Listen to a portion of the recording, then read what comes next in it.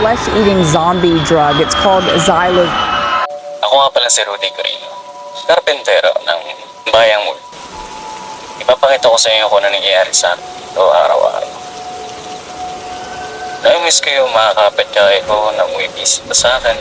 Pupuntahan ako para kausapin. Hindi yung lalapitan ako para magbigay ng intensyon na saktan ako.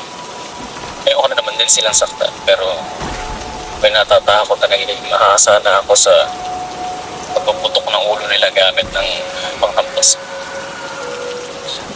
Hindi ko ginusto yung buhay ito.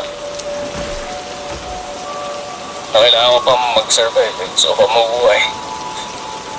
Kapansin ko masyado akong uhawin kakahampas.